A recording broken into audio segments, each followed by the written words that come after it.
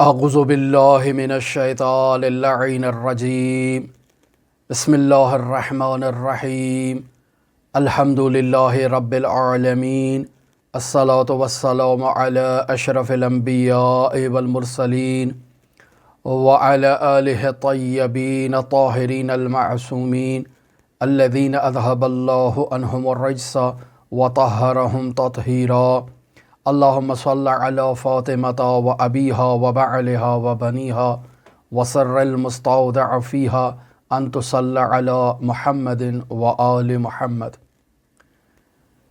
عزیزان محترم، حضرت صدیقہ طاہرہ فاطمہ زہرا سلام اللہ علیہا کی شہادت کے دن کی مناسبت سے آپ کی خدمت میں حاضر ہوئے ہیں اور اس صدیقہ طاہرہ کی عظمت کو بیان کرنے کے لیے کچھ کلمات آپ کی خدمت میں بیان کرنا چاہتے ہیں۔ مرحوم امام خمینی رحمۃ اللہ علیہ اپنے آثار میں یا مرحوم امام خمینی رحمۃ اللہ علیہ کے مشابہ دوسرے عرفاء اپنے آثار میں اس بات کو بیان کرتے ہیں، یعنی خود امام خمینی نے متعدد مرتبہ اس نقطے کی طرف اشارہ کیا ہے کہ حضرت فاطمہ زہرا سلام اللہ علیہا مظہر انسان کامل ہیں۔ اب یہاں یقینی بات ہے، اس جملے کو سمجھنے کے لیے یہ سوال ابھرتا ہے کہ انسان کامل کسے کہا جاتا ہے؟ عرفانیات میں اور سیر و سلوک میں ایک انسان جب اپنے کمال کے مرتبے پر فائز ہوتا ہے اور انسان کامل بن جاتا ہے تو عرفانیات کا یہ سب سے بلند ترین مرتبہ ہے کہ جس مرتبے پر پہنچ کے انسان اپنے کمال کے مرتبے پر، خلیفۃ اللہ کے مرتبے پر فائز ہو جاتا ہے، ابدیت کے اس بلند ترین مرتبے پر فائز ہوتا ہے کہ جس مرتبے تک پہنچنے کے لیے خداوند متعال نے انسان کو اس زمین پر اپنا خلیفہ مقرر کیا ہے۔ تو سوال یہ پیدا ہوتا ہے کہ عرفانیات میں انسان کامل کسے کہتے ہیں؟ عزیزان محترم، اگر یوں بیان کیا جائے کہ انسان کامل در واقع ایک ایسے آئینے کا نام ہے کہ جس آئینے میں خداوند متعال خود کو مشاہدہ کرتا ہے، تو یہ ایک حقیقت ہے۔ بطور معمول ہم سب کے گھروں میں آئینے موجود ہیں اور ہم خود کو جب مشاہدہ کرنا چاہتے ہیں تو اس آئینے میں خود کو مشاہدہ کرتے ہیں۔ وہ آئینہ جس قدر زلال ہوگا، جس قدر صاف ہوگا، جس قدر تمیز ہوگا، ہماری صورت کو بہتر نشان دے گا اور بہتر دکھائے گا ہمیں۔ اور اگر آئینہ وسیع ہو تو ہمارے تمام وجود کو اس آئینے میں ہم مشاہدہ کر سکتے ہیں۔ یہاں ہم بھی مادی ہیں اور وہ آئینہ جو ہمارے سامنے موجود ہے، جس میں ہم خود کی جو ہے وہ زیارت کر رہے ہیں، جس میں ہم خود کو مشاہدہ کر رہے ہیں، وہ آئینہ بھی مادی ہے۔ لہٰذا اس مادی وجود کو مشاہدہ کرنے کے لیے ہمیں ایک آئینے کی ضرورت ہے، لیکن خداوند متعال خود کو مشاہدہ کرنے کے لیے ایک ایسا آئینہ خلق فرماتا ہے کہ جس آئینے میں خداوند متعال خود کو مشاہدہ کرے، اور اس آئینے کا نام انسان کامل ہے، اس آئینے کا نام خلیفۃ اللہ ہے۔ عزیزان محترم، یہ بہت ایک نہایت اہم اور نہایت حساس مطلب ہے کہ جس مطلب کی گہرائیوں کو درک کرنے کے لیے ایک عارف کو واقعاً ریاضت کرنے کی ضرورت ہے تاکہ اس مطلب کی گہرائی تک پہنچ سکے۔ امام خمینی نے کہہ دیا کہ فاطمہ زہرا مظہر انسان کامل ہیں، یہ جملہ بہت آسان ہے، کہہ دینے میں بھی انسان کے کانوں سے ایک جملہ گزر جاتا ہے اور انسان اس کو سن لیتا ہے، لیکن اس جملے کی حقیقت تک پہنچنا، اس جملے کو درک کرنا، یہ آسان مرحلہ نہیں ہے۔ عرفانیات میں اسی جملے کو اور اس جملے کی حقیقت کو درک کرنا نہایت دشوار ہے۔ خداوند متعال نے محبت کی بنیاد پر اور محبت کی اساس پر اور عشق کی بنیاد پر اس کائنات کو خلق فرمایا ہے، اور خداوند متعال نے اپنی مخلوقات میں بھی فطرتاً اسی محبت کو، اسی عشق کو خداوند متعال نے قرار دیا ہے کہ وہ اپنے وجود سے محبت کرتے ہیں۔ میں اپنے وجود سے محبت کرتا ہوں، آپ اپنے وجود سے محبت کرتے ہیں۔ ہمارے اطراف میں موجود تمام انسان جو پائے جاتے ہیں، جو موجودات ہیں، وہ سب اپنے وجود سے محبت کرتی ہیں۔ حتیٰ آپ حیوانات کو مشاہدہ کر لیں، وہ بھی اپنے وجود سے محبت کرتے ہیں اور اپنے وجود کی بقا کے لیے تغودو کر رہے ہیں، جدوجہد کر رہے ہیں، کوشش کر رہے ہیں تاکہ ان کا وجود باقی ہو۔ یہ حب ذاتی ہے جو خداوند متعال نے ہر موجود میں قرار دی ہے، اور اسی محبت ذاتی کو خداوند متعال نے اپنی مخلوق کی فطرت میں قرار دیا ہے۔ اور ایسے میں انسان جو خداوند متعال کی اشرف ترین مخلوق ہے، اس انسان میں اس حب ذاتی کو خداوند متعال نے قرار دیا تاکہ یہ انسان اپنی ذات سے محبت کرتے ہوئے اپنی ذات کو کمال کے مرتبے تک پہنچائے۔ اور خداوند متعال میں بھی یہ محبت ذاتی موجود ہے۔ لہٰذا جب کچھ نہ تھا تو خداوند متعال نے اس عالم امکان کو خلق فرمایا۔ تو کیوں خلق فرمایا؟ عرفاء اپنی کتابوں میں اس سوال کا جواب نقل کرتے ہیں۔ مرحوم امام خمینی رحمۃ اللہ علیہ کے آثار میں بھی یہ سوال موجود ہے کہ حضرت داؤد علی نبینا و آلہ و علیہ السلام نے خداوند متعال سے سوال کیا کہ یا رب لماذا خلقت الخلق، اے میرے پروردگار ذرا یہ تو بتا تو نے مخلوق کو خلق کیوں کیا؟ کیا وجہ بنی کہ تو نے اس نظام فرشی و عرشی کو بچھایا اور اس میں انسان کو اپنا خلیفۃ اللہ قرار دیا؟ تو خداوند متعال نے جواب میں کہا کنت کنزا مخفیہ، میں ایک پوشیدہ اور چھپا ہوا خزانہ تھا۔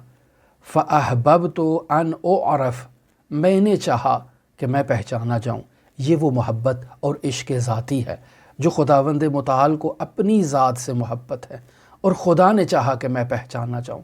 فخلقت الخلق لکی اعرف، میں نے مخلوق کو خلق کیا تاکہ میں پہچانا جاؤں۔ اور وہ مخلوق جسے خداوند متعال نے اپنی شناخت کے لیے خلق کیا، وہ مخلوق انسان کامل ہے، وہ مخلوق خلیفۃ اللہ ہے۔ اس مخلوق میں خداوند متعال خود کو مشاہدہ کرتا ہے، یعنی خود کی شناخت کرواتا ہے۔ اس روایت کے اعتبار سے بیان کرتا چلوں کہ یہ عرفاء کی کتابوں میں روایت موجود ہے۔ سندی اعتبار سے لوگ اس پر اعتراض کرتے ہیں کہ روایت کی سند درست نہیں ہے یا سند موجود نہیں ہے، لیکن دلالت کے اعتبار سے کہتے ہیں کہ یہ روایت درست مضمون کی حامل ہے۔ تو عزیزان محترم، امام خمینی رحمۃ اللہ علیہ جو اپنے آثار میں حضرت صدیقہ طاہرہ فاطمہ زہرا سلام اللہ علیہا کو انسان کامل کہتے ہیں، تو مراد یہی ہے کہ خداوند متعال نے جس خلق کو خلق فرمایا تاکہ اس خلق میں خداوند متعال خود کو مشاہدہ کرے، تو اس خلق کا نام انسان کامل ہے، اور فاطمہ زہرا سلام اللہ علیہا وہ انسان کامل ہستی ہیں۔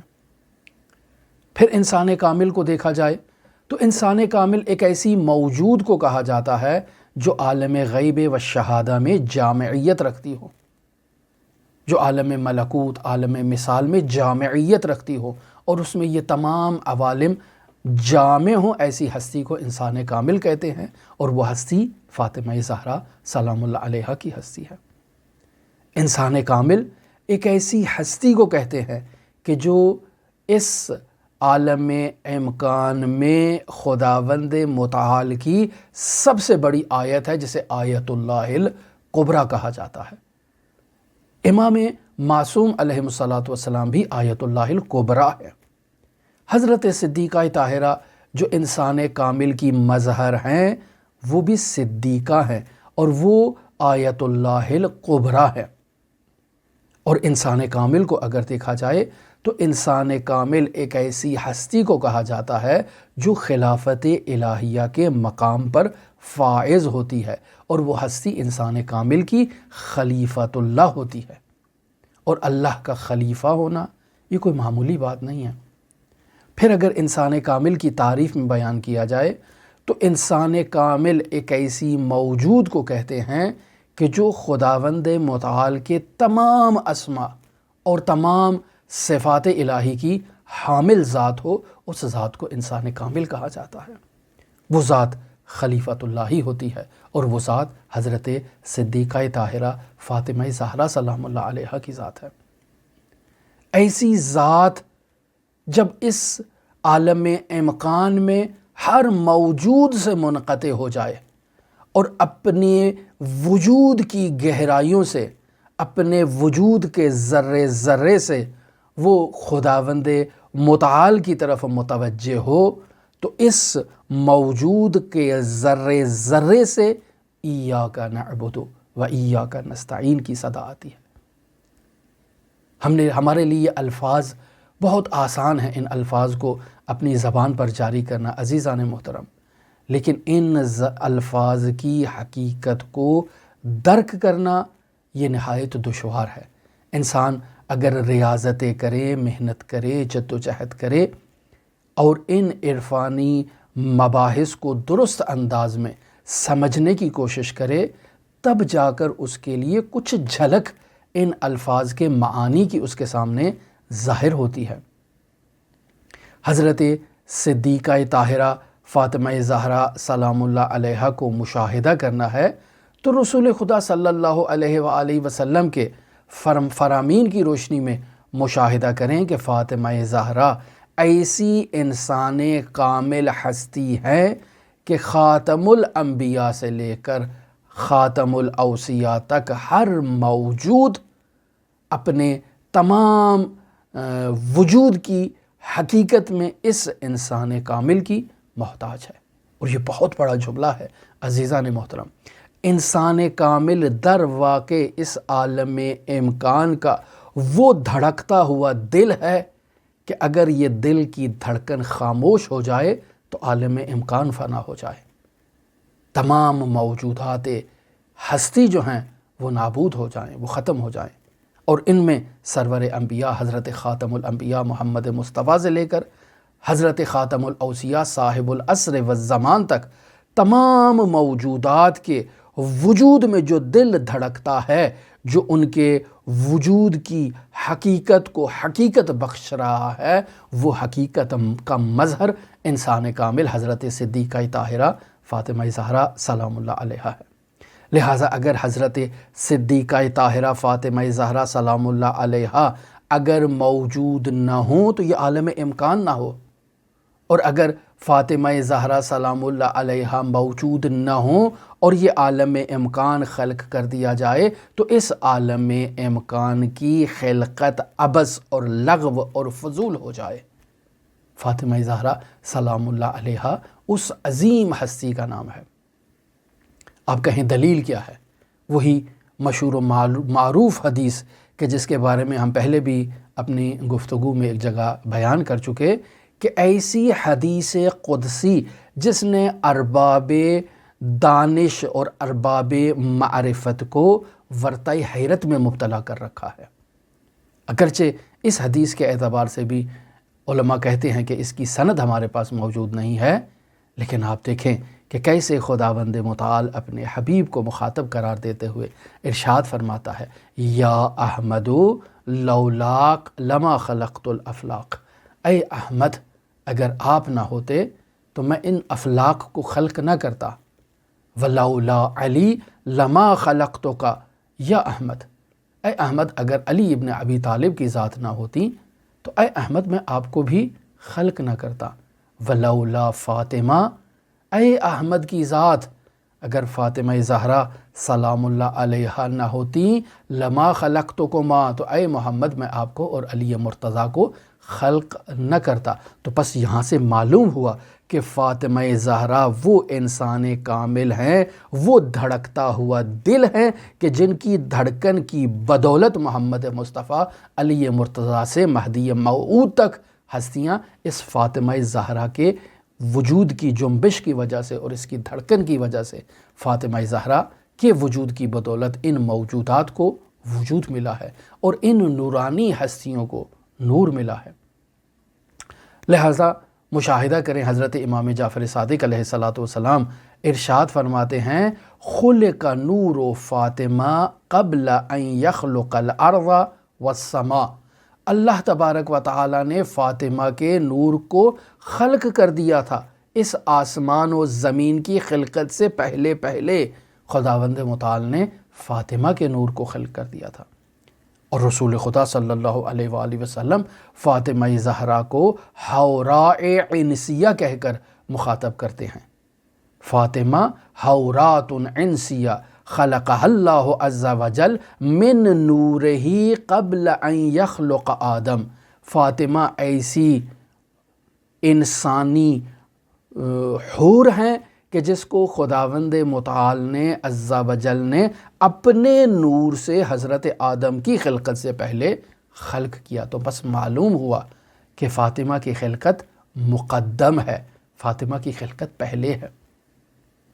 اور فاطمہ زہرا ایک ایسا انسان کامل ہے کہ اگر آپ فاطمہ کے اقوال کو دیکھیں تو اقوال نورانی ہیں، اگر فاطمہ زہرا کے افعال کو دیکھیں تو فاطمہ زہرا کے افعال نورانی ہیں اور نیک افعال ہیں۔ فاطمہ زہرا کی سیرت کو اور اخلاق کو دیکھیں تو فاطمہ زہرا کی سیرت بھی نورانی ہے۔ فاطمہ زہرا معارف الہیہ کا مجسمہ ہے۔ عزیزان محترم، رسول خدا صلی اللہ علیہ وآلہ وسلم کا ایک نورانی فرمان، اس کو بھی علماء نہایت افسوس کی بات ہے کہ جو ایسے نورانی فرامین ہیں ان کی مصلحت شاید ایسی ہے کہ ان کی سند علماء کو نہیں ملتی ہے۔ رسول خدا صلی اللہ علیہ وآلہ وسلم ارشاد فرماتے ہیں الشریعۃ اقوالی، یہ کتاب بھی عرفہ کی جو کتابیں ہیں ان میں موجود ہے، نامور گراں قدر عرفہ کی کتابوں میں موجود ہے۔ الشریعۃ اقوالی، شریعت میرے اقوال کا مجموعہ ہے۔ والطریقۃ افعالی، اور اگر آپ نے طریقت کو دیکھنا ہے تو میرا فعل طریقت ہے۔ والحقیقۃ احوالی، اگر آپ نے حقیقت کو مشاہدہ کرنا ہے تو میرے حالات حقیقت کی نشاندہی کرتے ہیں۔ والمعرفۃ رأس مالی، اور معرفت میرا جو سرمایہ ہے، بنیادی سرمایہ وہ معرفت ہے۔ والعقل اصل دینی، اور عقل جو ہے وہ میرے دین کی بنیاد ہے، یعنی میرے دین میں عقل اس قدر اہمیت رکھتی ہے، بنیادی اہمیت رکھتی ہے۔ والحب اساسی، اور حب اور محبت میری بنیاد ہے۔ والشوق مرکبی، اور میری سواری شوق ہے۔ والخوف رفیقی، اور خوف میرا دوست ہے۔ کس سے خوف ہوگا؟ حضرت حق متعال سے۔ والعلم سلاحی، اور علم میرا اسلحہ ہے۔ والحلم صاحبی، اور حلم میرا ہمدم اور میرا دوست ہے۔ والتوکل زادی یا ردائی، توکل میرا زاد راہ ہے، توکل میری چادر ہے۔ والقناعت کنزی، قناعت میرا خزانہ ہے، میرا ذخیرہ شدہ جو اندوختے جو جس چیز کو میں نے ذخیرہ کر رکھا ہے وہ قناعت ہے۔ والصدق منزلی، اور صدق اور صداقت میری منزل ہے۔ والیقین مأوا، اور یقین میری آرزو ہے، میرا مأوا ہے۔ والفقر فخری، اور فقر وہ چیز ہے جس پہ میں افتخار کرتا ہوں۔ وبہ افتخر علی سائر الانبیاء والمرسلین، اور فقر ہی وہی چیز ہے جس پر میں تمام انبیاء اور تمام مرسلین پر افتخار کروں گا کہ میں فقر رکھتا ہوں۔ سوال کہ انبیاء کو فقر نہیں تھا، کیا انبیاء میں فقر نہیں پایا جاتا تھا؟ عزیزان محترم، یہ ایک نہایت ہی دقیق عرفانی نقطہ ہے۔ انسان جس قدر محتاج ہوتا ہے اس کے فقر کی جو وسعت ہے اس میں جو ہے وہ وسعت اختیار کرتی جاتی ہے۔ ہر موجود اپنی نیاز اور ضروریات کے مطابق فقر کی حامل ہوتی ہے۔ اب مشاہدہ کریں معاشرے میں وہ افراد جو نیاز مند ہیں، جو ضرورت مند ہیں، جو کہتے ہیں ہم فقیر ہیں۔ آپ ان سے پوچھیں کہ آپ کو فقر کیا ہے، کس چیز کی ضرورت ہے؟ کہیں کہ 2 وقت کی روٹی کی ضرورت ہے، سر چھپانے کے لیے ایک جگہ ہونی چاہیے۔ ان کے نزدیک فقر کا معیار یہ ہے۔ مزید کسی شخص کو دیکھیں کہ میں ضرورت مند ہوں، وہ کہے گا کہ میرے گھر میں 10 افراد ہیں، مجھے 10 افراد کی جو ہے وہ روٹی دینی ہے، میں ان کا سرپرست ہوں، میں ان کا سربراہ ہوں، ان کے لیے کپڑا فراہم کرنا ہے، ان کی تعلیم کا انتظام کرنا ہے، ان کے لیے رہائش کا انتظام کرنا ہے۔ بس معلوم ہوا کہ وہ شخص جس کے گھر میں 2 افراد تھے وہ بھی فقیر ہے، جس کے گھر میں 10 افراد ہیں وہ بھی فقیر ہے، لیکن 10 افراد کا حامل شخص جو ہے اس کا فقر وسیع ہے 2 افراد کی نسبت۔ اس 2 افراد کی ضرورت ممکن ہے جو ہے وہ 1 لاکھ روپے سے پوری ہو جائے، لیکن اس 10 افراد کے حامل شخص کی ضروریات 5 لاکھ سے پوری ہوگی۔ اور جس شخص کے پاس 20 افراد ہوں، یعنی جو شخص 20 افراد کی کفالت کرتا ہو، اس کی ضروریات 10 لاکھ سے پوری ہوں گی، اور اسی طرح آپ بڑھتے جائیں۔ تو رسول خدا سرور انبیاء جو اس عالم امکان کی خلقت میں محور قرار پائے ہیں، اس ہستی کا فقر آپ دیکھ لیں کہ وہ اس تمام عالم امکان کی ضروریات کو، ما یحتاج کو، اس ذات اقدس الہی سے لے کر اس عالم امکان کو دے رہی ہے۔ تو رسول خدا صلی اللہ علیہ وآلہ وسلم کا فقر کس قدر وسیع ہوگا۔ میں نے آپ کو ایک مادی مثال سے اس نقطے کو سمجھانے کی کوشش کی ہے کہ اگر تمام انبیاء کو دیکھیں تو تمام انبیاء اپنی امت کے دائرہ کار میں، اپنی امت کے پیش نظر ان کا فقر ہے۔ وہ اپنی امت کی ضروریات کو پورا کرنے کے لیے حضرت حق متعال سے فیوزات الہیہ کو دریافت کرتے ہیں اور امت تک منتقل کرتے ہیں، چاہے وہ پیغام کی صورت میں ہو، چاہے وہ وحی کی صورت میں ہو، چاہے وہ ارشاد کی صورت میں ہو، وہ اللہ سے لیتے ہیں۔ ان 50، 60، 100، لاکھ، 2 لاکھ جتنی ان کی امت ہے ان کی سرپرستی کرتے ہیں اس کے ذریعے سے۔ بس ان کے فقر کا دائرہ محدود ہے سرور انبیاء کے فقر کی نسبت، کہ جو اس عالم امکان کے تمام کی وجہ تخلیق کائنات سرور انبیاء ہے۔ حدیث لولاک لما خلقت الافلاک، اے محمد اگر تیری ذات نہ ہوتی تو میں عالم افلاک کو خلق نہ کرتا۔ پس معلوم ہوا کہ محمد مصطفیٰ صلی اللہ علیہ وآلہ وسلم کا فقر کس قدر عظیم فقر ہے۔ لولا علی لما خلقتو کا، اے محمد اگر علی نہ ہوتے تو میں آپ کو خلق نہ کرتا۔ ولولا فاطمہ لما خلقتکما، اگر فاطمہ نہ ہوتی تو اے محمد میں آپ کو اور علی کو بھی خلق نہ کرتا۔ کیوں؟ چونکہ فاطمہ وہ لیلۃ القدر ہیں کہ جس لیلۃ القدر میں 11 قرآن ناطق نازل ہونے ہیں۔ پس معلوم ہوا فاطمہ کی قدر و منزلت بنیادی حیثیت کی حامل ہے کہ اگر فاطمہ زہرا سلام اللہ علیہا نہ ہوتی تو 11 قرآن ناطق کا وجود جو ہے وہ فاطمہ زہرا کا مرہون منت ہے۔ بس اس اعتبار سے فاطمہ زہرا سلام اللہ علیہا کا فقر بہت وسیع ہے۔ وجہ تخلیق کائنات ہیں حضرت صدیقہ طاہرہ فاطمہ زہرا سلام اللہ علیہا۔ بس یہاں ان نورانی فرمائشات اور بیانات کی روشنی میں معلوم ہوتا ہے کہ صدیقہ طاہرہ فاطمہ زہرا سلام اللہ علیہا کا مقام کوئی معمولی مقام نہیں ہے۔ ہم سمجھتے ہیں کہ شاید فاطمہ زہرا کوئی معمولی سی ہستی ہے۔ نہ عزیزان محترم، فاطمہ زہرا کو درک کرنے کے لیے عوالم کی عقول ورطہ حیرت میں مبتلا ہیں کہ فاطمہ زہرا سلام اللہ علیہا کون سی ہستی ہے۔ لہٰذا ہم نے حدیث نقل کی الشریعت اقوالی و طریقت افعالی، شریعت میرے اقوال ہیں اور طریقت میرے جو ہے وہ افعال ہیں۔ تو اگر اس اقوال اور افعال کی روشنی میں فاطمہ زہرا سلام اللہ علیہا کو مشاہدہ کرنا چاہیں تو عزیزان محترم رسول خدا فاطمہ زہرا سلام اللہ علیہا کے لیے کیا فرماتے ہیں؟ ان فاطمہ بضعۃ منی، فاطمہ میرے وجود کا حصہ ہے، وہی نور عینی، میری آنکھوں کی ٹھنڈک فاطمہ ہے۔ یہ اقوال محمد ہیں۔ فاطمہ زہرا کو معمولی ہستی نہیں ہے۔ وثمرۃ فؤادی، فاطمہ میرے دل کا ثمرہ ہے، پھل ہے فاطمہ زہرا سلام اللہ علیہا۔ ویسونی ما ساءھا، جو چیز فاطمہ کو تکلیف پہنچاتی ہے وہ صرف فاطمہ کو تکلیف نہیں پہنچاتی ہے، بلکہ وہ چیز میری تکلیف کا بھی باعث بنتی ہے، اور میں محمد بھی اس سے آزردہ اور تکلیف زدہ ہوتا ہوں۔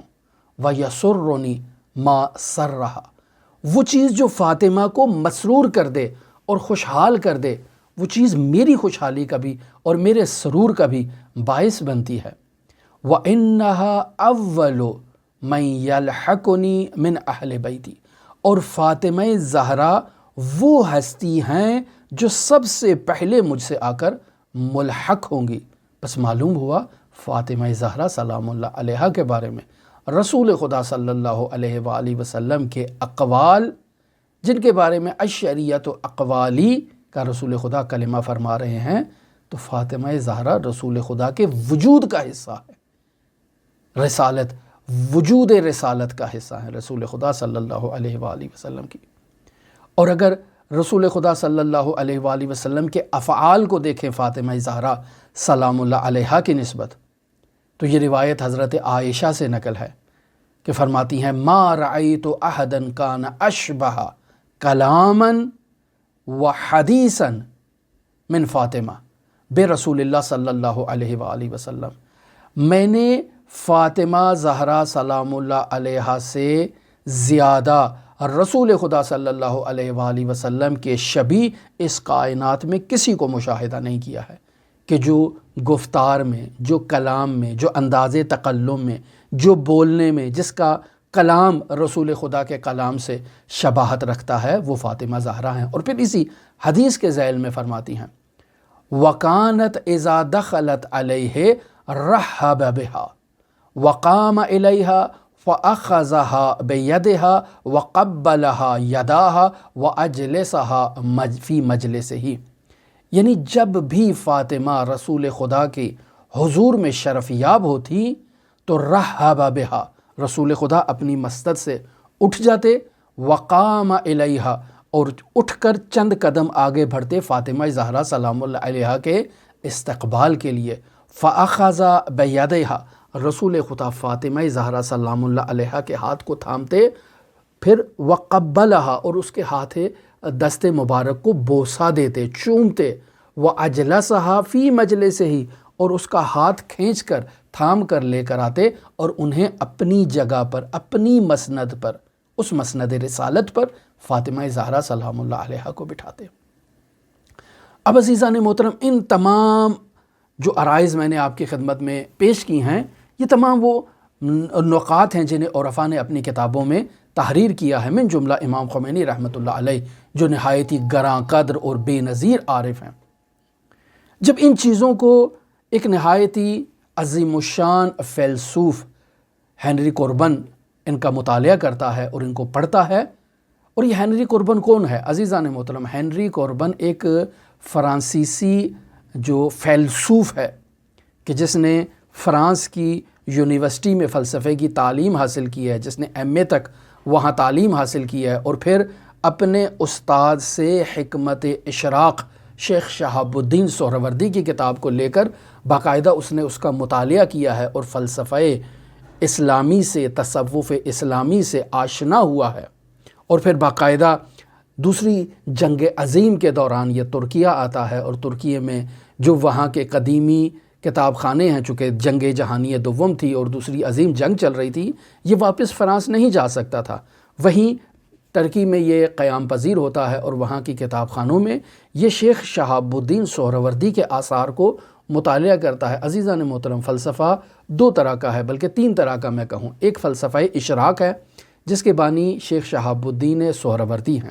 ایک فلسفہ ہے جسے فلسفہ مشاء کہتے ہیں، کہ جس فلسفہ مشاء کے بانی جو ہیں وہ ارسطو ہیں۔ اور تیسرا فلسفہ فلسفہ صدرائی ہے، کہ جس کی بنیاد مرحوم صدر الدین ملا صدرہ نے رکھی تھی، صدر الدین محمد بن قوام شیرازی۔ یہ 3 طرح کے فلسفے جو ہیں وہ موجود ہیں۔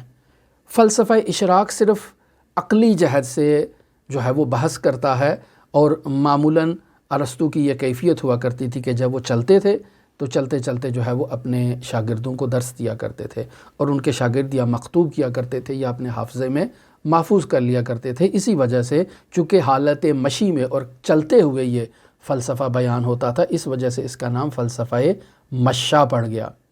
اور فلسفہ اشراق اس وجہ سے اس کو نام رکھا گیا ہے کہ وہاں مرحوم سہروردی کی یہ رائے ہے کہ فلسفے کی اعماق اور گہرائیوں تک پہنچنے کے لیے انسان کو تہذیب نفس کرنے کی ضرورت ہے، وگرنہ انسان حقیقت فلسفے کو درک نہیں کر سکتا۔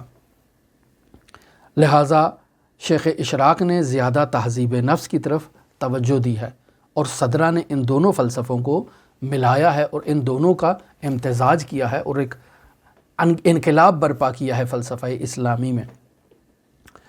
تو یہ ہنری کوربن جب ٹرکی میں ہوتا ہے تو یہ وہاں اس کے کتاب خانے میں ٹرکی کے شہاب الدین سہروردی کے ایسے آثار کو مطالعہ کرتا ہے جو ابھی صرف مکتوب ہوتے ہیں، یعنی قدیمی قلمی نسخے ہوتے ہیں۔ یہ وہاں سے ان کتابوں کو مطالعہ کرتا ہے، ان کی نسخہ برداری کرتا ہے، چونکہ یہ ہنری کوربن عربی پر مسلط ہوتا ہے، فارسی پہ مسلط ہوتا ہے، اور پہلوی زبان جو درباری زبان تھی اس پر بھی یہ مسلط تھا۔ لہٰذا ہنری کوربن کے آثار کو ہنری کوربن جو ہے وہ باقاعدہ پہلا اثر جو مستقل طور پر وہ پیش کرتا ہے، معاشرے میں پبلش کرتا ہے، وہ یہی فلسفہ اشراق ہے اور شہاب الدین سہروردی کا تعارف ہے، اور وہ شہاب الدین سہروردی کے تعارف میں بنیادی کردار ادا کرتا ہے۔ لیکن ابھی حقیقت فلسفے سے تو آگاہ نہیں ہے نا۔ پھر فرانس کی حکومت باقاعدہ اسے فرانسیسی سفارت خانے میں ایران میں باقاعدہ ذمہ داری سونپتی ہے کہ یہ ایران جائے اور وہاں جا کر ایران شناسی، ایران کا مطالعہ کریں، شیعہ شناسی کا مطالعہ کریں۔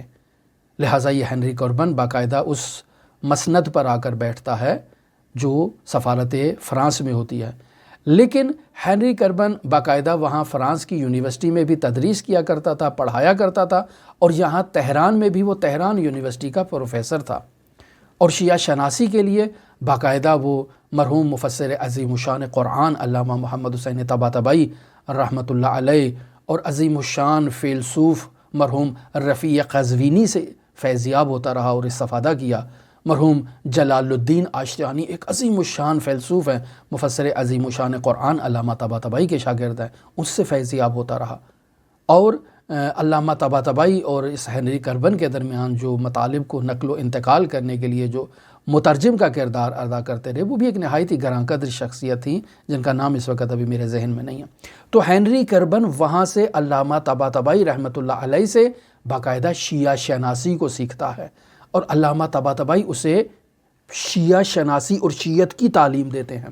اور علامہ طباطبائی پہ لوگ اعتراض کرتے تھے کہ آپ ہنری کوربن کو کیوں اس قدر اہمیت دیتے ہیں، اور کیوں اس قدر جو ہے وہ ہنری کوربن کے ساتھ گفتگو، مناظرے، مباحثے اور اس کو اسلامی اور شیعی تعلیمات سے آراستہ کر رہے ہیں، یہ تو جاسوس ہے۔ اور آج بھی ایک یہ نظریہ پایا جاتا ہے کہ ہنری کوربن جاسوس تھا۔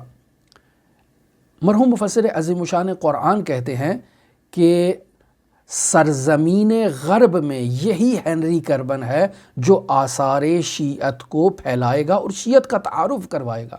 اور حقیقت بھی ایسے ہے کہ ہنری کوربن نے باقاعدہ مفسر عظیم الشان سے شیعہ شناسی کو سیکھا، مہدویت کو سیکھا، تشیع کو سیکھا، اور اسے جا کر فرانس میں اور دنیا میں اور برلین میں اور پتہ نہیں کہاں کہاں اس نے نشر کیا اور اسلام کا تعارف کروایا۔ اور حقیقت میں ہنری کوربن خود اندر سے وجود میں شیعہ تھا، اور اس بات کا مفسر عظیم الشان قرآن علامہ طباطبائی رحمۃ اللہ علیہ اظہار کرتے ہیں کہ یہ ہنری کوربن حقیقت میں شیعہ ہے۔ اور ایک کافی تفصیلی بحث ہے، میں اس بحث کو چونکہ ہمارا موضوع گفتگو نہیں ہے، ہنری کوربن کو میں چھیڑنا نہیں زیادہ تفصیل سے چاہتا ہوں کہ علامہ طباطبائی رحمۃ اللہ علیہ اس سے مناظرے کرتے ہیں، اس کو کہتے ہیں کہ دین مسیحی، چونکہ یہ مسیحی تھا، کاتولیک تھا، تو اسے علامہ کہتے ہیں کہ دیکھو آپ کا دین محدود ہے، ہمارا دین غیر محدود ہے، آپ کے پاس خدا کو پکارنے کے لیے 3 نام ہے جسے آپ اقنوم ثلاثہ کہتے ہیں، ہمیں اللہ کو پکارنے کے لیے ہمارے پاس فراوان قسم کے نام ہیں، اللہ کو پکارنے کے لیے ہمارے پاس اسماء حسنہ ہیں کہ جن کی مصداق حضرات ائمہ معصومین علیہم الصلاۃ والسلام کی ذات ہے۔ ہمارے پاس وہ نظام ہے کہ خاتم الانبیاء سے لے کر خاتم الاوصیاء تک ہمارے پاس ابھی ائمہ زندہ ہیں، اور امامت کا نظام زندہ ہے جو خاتم الانبیاء نے ایک سلسلہ شروع کیا۔ لہٰذا ہنری کوربن اپنے آثار میں باقاعدہ اس بات کا بارہا اعتراف کرتا ہے کہ تشیع دنیا کا ایک ایسا واحد مذہب ہے کہ جس کا امام اس وقت زندہ ہے، اور جو زندہ امام کا پرچار کر رہا ہے۔ اور باقاعدہ ہنری کوربن اپنے بیانات میں اس چیز کو بیان کرتا ہے کہ جب میں نے امام زمان اجل اللہ تعالیٰ فرجہ الشریف کے بارے میں تقریر کی اور امام زمانہ کے کانسیپٹ کو بیان کیا شیعہ نقطہ نظر سے، تو میری وہ جو سیٹ تھی یونیورسٹی کے اندر، جو میں اسلام شناسی شیعہ شناسی کے لیے مجھے جو چنا گیا تھا اس یونیورسٹی کی جانب سے، وہ سیٹ میرے ہاتھ سے کھونے کا جو ہے وہ امکان آ گیا کہ مجھے وہاں سے ہٹا دیا جائے۔ کیوں؟ چونکہ میں نے امام زمانہ کا کانسیپٹ شیعہ نقطہ نظر سے پیش کیا تھا۔ پھر علامہ طباطبائی اس کو ہنری کوربن کو کہتے ہیں کہ آپ جب تنہا ہوتے ہیں، ہمیں یہ اعزاز حاصل ہے کہ جب بھی ہم خدا سے رابطہ قائم کرنا چاہیں، آدھی رات کو اٹھ کے ہم خدا سے رابطہ قائم کر سکتے ہیں، خدا سے مناجات کر سکتے ہیں، لیکن آپ کے پاس تو افسوس ایسا امکان نہیں ہے۔ آپ کو تو اتوار کا انتظار کرنا پڑتا ہے کہ گرجا گھر کھلے گا تو آپ وہاں جا کر جو ہے وہ اللہ سے راز و نیاز کریں گے۔ ہم تو جب دل چاہے رات کو اٹھ کے خدا سے لبیک لبیک خداوند متعال کی بارگاہ میں جو ہے وہ یا رب کی صدا بلند کر سکتے ہیں۔ آپ کو تو یہ چیز اعزاز حاصل نہیں ہے، آپ کیا کرتے ہیں اس میں؟ تو ہنری کوربن کہتا ہے کہ میں صحیفہ مہدیہ کی تلاوت کرتا ہوں۔ تو امام آیت اللہ طباطبائی کہتے ہیں کہ میں نے نہیں کہا تھا کہ تم شیعہ ہو، کہ تم صحیفہ مہدیہ کی تلاوت کرتے ہو، امام زمان اجل اللہ تعالیٰ فرجہ شریف کی دعاؤں کی قرأت کرتے ہو، تو تم شیعہ ہو۔ کون تمہیں کہتا ہے کہ تم سنی ہو؟ تم مشکلات کی وجہ سے یا مسائل کی وجہ سے اس کا اظہار نہیں کر رہے ہو، وگرنہ حقیقت میں تم شیعہ ہو۔ تو یہی ہنری کوربن جب حضرت فاطمہ زہرا سلام اللہ علیہا پر پہنچتا ہے تو کہتا ہے فاطمہ حقیقت ازلی و ابدی ہے۔ فاطمہ ایک ایسی سرزمین کا نام ہے جو مافوق ملکوت ہے۔ لہٰذا فاطمہ زہرا سلام اللہ علیہا کے بارے میں ہنری کوربن کے یہ الفاظ اس بات کی دلیل ہیں کہ ہنری کوربن بھی اس عرفانی حقیقت کو اور عرفان فاطمہ کو درک کر چکا تھا۔ اور فاطمہ زہرا کو عزیزان محترم یہ اعزاز حاصل ہے جو کسی نبی کو یا کسی امام معصوم کو وہ اعزاز حاصل نہیں ہے۔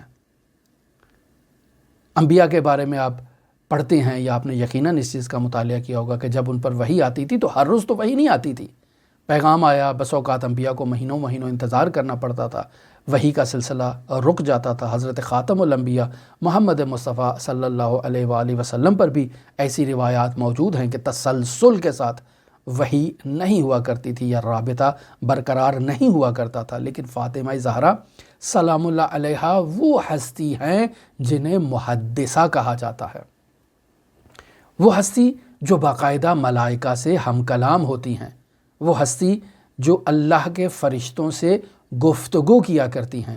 اور جب رسول خدا صلی اللہ علیہ وآلہ وسلم کا انتقال ہوتا ہے اور ان کی شہادت ہوتی ہے، فاطمہ محزون ہوتی ہیں، اور روایات میں ہے کہ 75 دن یا 95 دن جو اختلاف شہادت ہے فاطمہ زہرا سلام اللہ علیہا کی، جبرائیل ہر روز اللہ تبارک و تعالیٰ کی جانب سے فاطمہ زہرا سلام اللہ علیہا کے لیے تعزیتی پیغام لے کر آتا تھا، اور فاطمہ زہرا کو اس حزن کی کیفیت سے نکالنے کے لیے جبرائیل خداوند متعال کی جانب سے فاطمہ زہرا سلام اللہ علیہا کو رسول خدا صلی اللہ علیہ وآلہ وسلم کے جنت میں مقامات کے بارے میں باخبر کیا کرتا تھا۔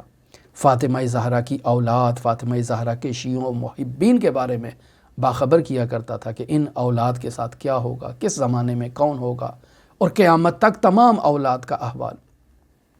صدیقہ، اور یہ اعزاز کسی نبی کو حاصل نہیں ہے کہ 75 دن یا 95 دن مسلسل جبرائیل خداوند متعال کی جانب سے اس کے لیے پیغام جو ہے وہ لے کر آئے، اس کے لیے صبر اور تسلیت اور تعزیت کا پیغام لے کر آئے، اور اس کی جو حزن کی کیفیت ہے اسے برطرف کرنے کے لیے باقاعدہ اسے جو ہے وہ حالات سے باخبر کرے۔ کسی نبی کی تاریخ میں ایسا نہیں ملتا ہے، حتیٰ ائمہ معصومین علیہم الصلاۃ والسلام کی تاریخ میں یہ نہیں ملتا ہے، سرور انبیاء کی تاریخ میں ایسا نہیں ملتا کہ مسلسل 75 دن یا 95 دن جبرائیل آیا ہو۔ لہٰذا جب حضرت سید الاوصیاء امیر المؤمنین علی ابن ابی طالب کو یہ خبر دی حضرت صدیقہ نے کہ فرشتہ وحی آتے ہیں، تو فاطمہ زہرا سلام اللہ علیہا سے کہا کہ اب جب فرشتہ آئے تو جو وہ آپ سے گفتگو کرے آپ مجھے بیان کرتی جائیں، میں اسے باقاعدہ تحریر کروں گا۔